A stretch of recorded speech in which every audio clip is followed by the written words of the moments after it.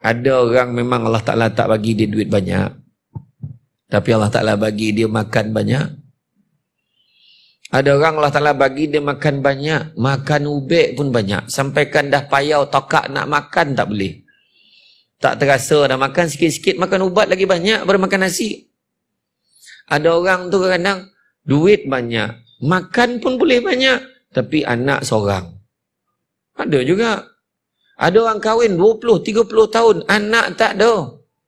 Dia bela kucing. Kucing tu faham cakap dia. Dan kucing tu nak berak pun masuk toilet. Ada?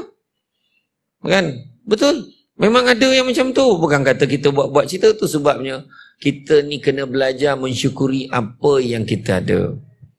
Nampak tak? Syukur apa? Kita ni target ni bukan TN50 tau, tu pendek tu. Jangan ingat panjang, target kita TN akhirat tu. Nampak? Transformasi niat kita untuk akhirat. Tu sebab Iskandar Zulkarnain, kan, salah seorang raja yang soleh, kan, yang mana orang putih bagi nama dia Alexander the Great. Iskandar Zulkarnain, dia kata sebelum dia mati, dia kata apa? Dia kata besok kalau aku mati, pastikan tabib-tabib yang handal-handal usung jenazah aku. Dan kemudian bila usung jenazah aku, pastikan sepanjang perjalanan nak menuju ke kubur tu, taburkan segala harta kekayaan aku. Dan yang ketiga, bila usung jenazah aku, pastikan tangan aku tu terkulai keluar macam ni, biar orang nampak. Semua orang tanya kenapa? Yang pertama, bila tabib yang handal-handal usung jenazah aku, nak bagi tahu walau macam mana hebat pun tabib tu. Tabib ni kita zaman kita doktor lah. Macam mana hebat pun doktor tu, macam mana hebat pun tabib tu, dia tidak akan dapat menghalang kematian daripada berlaku. Nak beritahu kat semua. Yang kedua juga nak beritahu, bila tabur harta kekayaan, kau akan tengok ramai-ramai orang akan ambil harta tu tanpa kau mampu buat apa-apa. Kenapa? Macam mana banyak pun harta tu, kau tak boleh bawa masuk dalam kubur. Dan yang ketiga, bila tangan terkulai layu di tasik madu. Tangan terkulai keluar tu nak beritahu apa? Nak beritahu macam mana kita lahir dulu tangan kosong, kita mati pun dengan tangan kosong. Tangan tu dah tak berupaya buat apa-apa, terkulai macam tu saja kerana kehilangan satu sumber yang disebut sebagai masa. Kan, budak-budak sekarang sebut masa dah time. Kan? Time's up, dia kata kan. Masa dah sampai, dah tak boleh buat apa dah. Orang tolak jenazah tu, orang tolak macam ni, terbalik. Pusing sini macam ni. Siram masuk dalam, tak ada. Masuk hidung. Tak nyaut jenazah tu. Tersumbat hidung dia, tak ada. Kita mandikan, saya ingat mandi jenazah ayah saya. Yang besar betul tu. Arwah abah saya besar. Kalau naik motor hantar pergi sekolah dulu, orang tak perasan saya dekat belakang.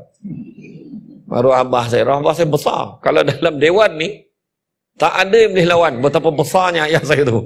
Badan dia besar. Kalau orang cakap, gemuknya kau ni Mail. Ni kurus ni, dia kata. Arwah abah memang kelakar orangnya. Mujurlah saya serius. Macam tu lah keadaan. Kan?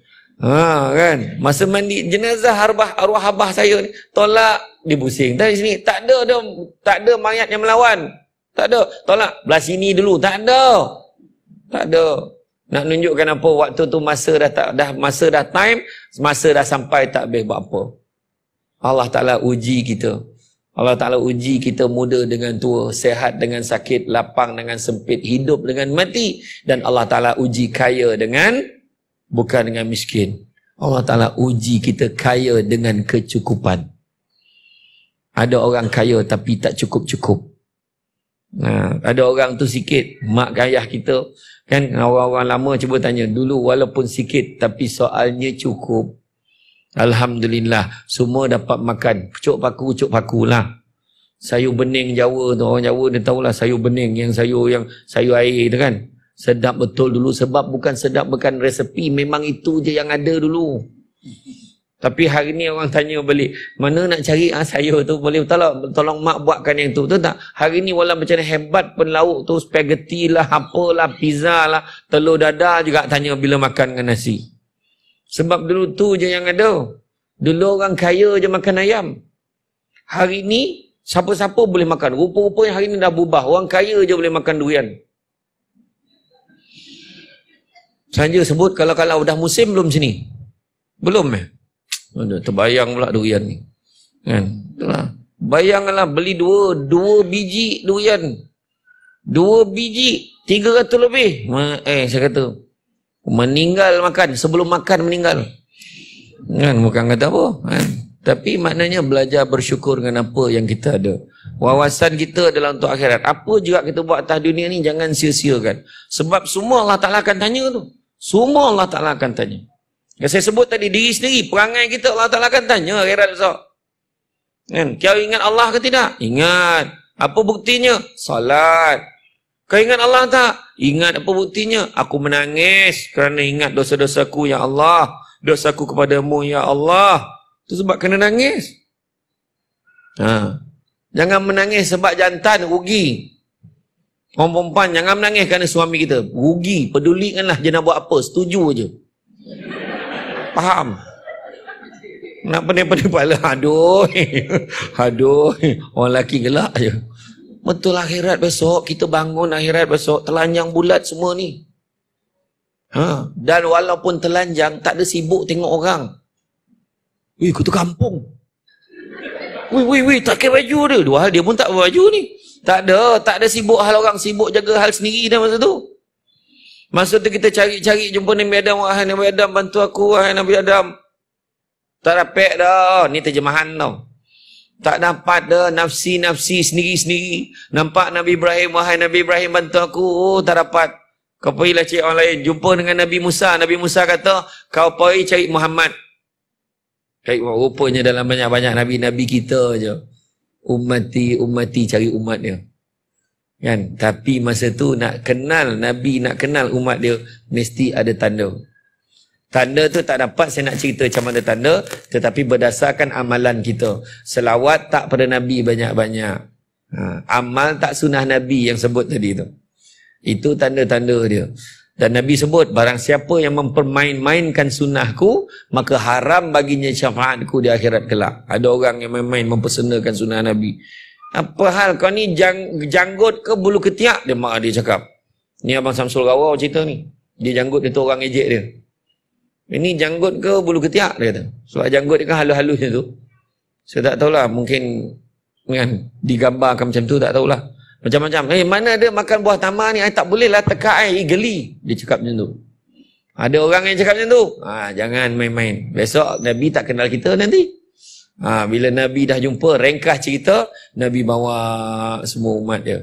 Kan? Berjalan. Tiba-tiba terdengar bunyi yang sangat kuat. Bunyi apa? Bunyi api neraka. Bila terdengar bunyi api neraka ni, kuat betul. Bunyi sampai bingit telinga. Berapa jauh? Berapa jarak neraka ni, api neraka ni dengan umat Nabi ni, dengan Nabi ni? Berapa jauh? 700 tahun perjalanan.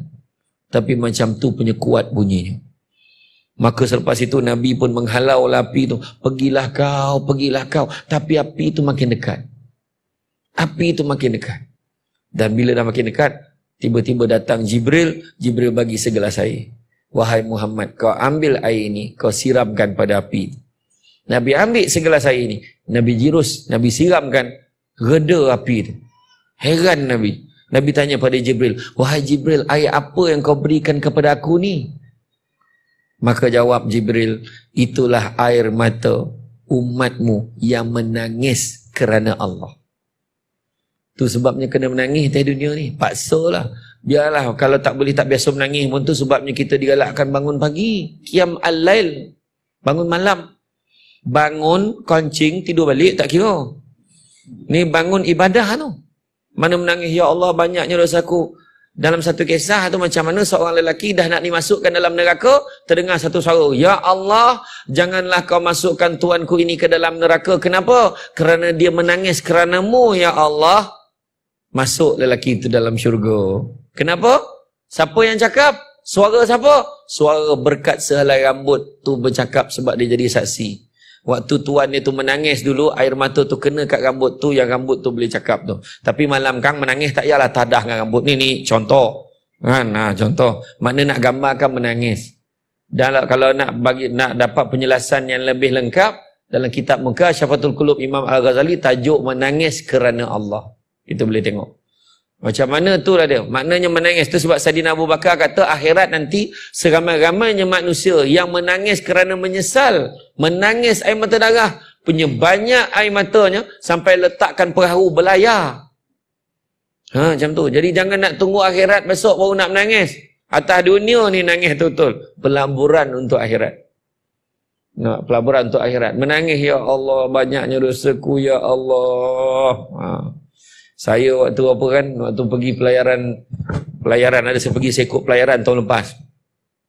Dia pergi. Pergi dengan mak saya. Ada satu pelayaran naik kapal besar, punya besar kapal tu 8 tingkat ke 9 tingkat. 800 lebih bilik dalam tu. Dekat jeti kat Pulau Pinang tu. Macam tu lah tengok bangunan tu, gayat tu. Besar betul. Saya tengok kapal tu, sebesar-besarnya kapal tu rasa. Ya Allah, besarnya. Sesak barat mencari bilik. Saya mula-mula tu salah bilik. Saya tak tahu. Saya katakan, saya tak tahu. Buka-buka, orang putih buka. Saya tanya, budak tu apa package kau bagi aku ni? Siap ada orang putih kan? Rupanya salah bilik. Nombor sama, siap lift apa semua. Mak saya bilik lain. Yang paling best waktu kita semayang. Lepas kita qiyamul lail pagi, lepas tu subuh, tunggu matahari naik. Masa tu berperasan, yang kapal yang sebesar-besar tu, tak nampak langsung daratan ni. Laut, selaut-lautnya keliling. Terasa masa tu kecilnya kapal yang besar. Dan masa tu lah Ustaz Muhaddir Jul beritahu seperti mana kita membayangkan dosa kita sebesar kapal, tetapi keampunan daripada Allah seluas lautan. Dengan tahap itulah jangan putus asa, minta ampun dengan Allah banyak-banyak. Rugi kita. Minta ampun, ya Allah ampunilah aku, ya Allah ampunilah aku, ya Allah, astagfirullah, astagfirullah, astagfirullah. Dan bayangkan istighfar ini juga sunnah Nabi selain daripada kita minta ampun dengan Allah. Istighfar adalah antara 7 sunnah terbesar Nabi yang Nabi tak pernah tinggal. Nabi memang buat. Jadi pelaburan untuk akhirat tu je yang kekal abadi. Memang payah nak cakap tau. Sebab apa kita benda-benda ni semua kita tak nampak. Pahala kita tak nampak, semua tak nampak. Buat baik tak nampak. Tapi orang yang memandangkan mata hati, dia mungkin boleh nampak. Sikit-sikit je kita boleh nampak. Tak nampak penuh pun nampak sikit. Agaknya mungkin sebab aku sedekah ke, anak-anak aku ni okey, semua belajar. Mungkin juga kan. Tetapi itu baru nampak sikit. Yang nak nampak betul dekat akhirat nanti. Itu sebabnya keyakinan kita kepada Allah dan Rasul tu penting. Kan? Dalam kita ni melabur ni kan. Yalah kalau kita buat pelaburan, tentu kita nak tengok dah ada ke orang yang berjaya. Kan kalau kita nak buat pelaburan skim cepat kaya tu lah. Pelaburan macam ni, macam-macam barang jual, nanti jadi kaya, nampak tu? Bawa kereta besar, nampak tu? Macam ni, iya ke? Betul ke ni? Betul. Tapi macam pelaburan akhirat nak nampak macam mana? Tak nampak. Tetapi berdasarkan keyakinan kita kepada apa telah digambarkan tentang syurga di dalam Al-Quran, itulah target kita, sasaran kita. Itulah juga matlamat kita yang lebih panjang dan lebih jauh lagi.